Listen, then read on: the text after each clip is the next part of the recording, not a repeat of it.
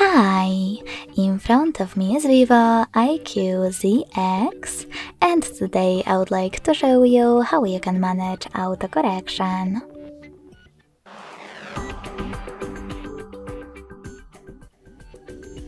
Begin by opening your device's keyboard and clicking on this gear between clipboard and three dots.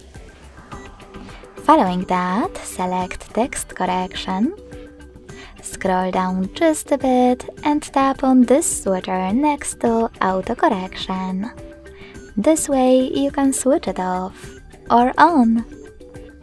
Thanks so much for watching. If you enjoyed this video, don't forget to leave a like, comment and subscribe. Bye!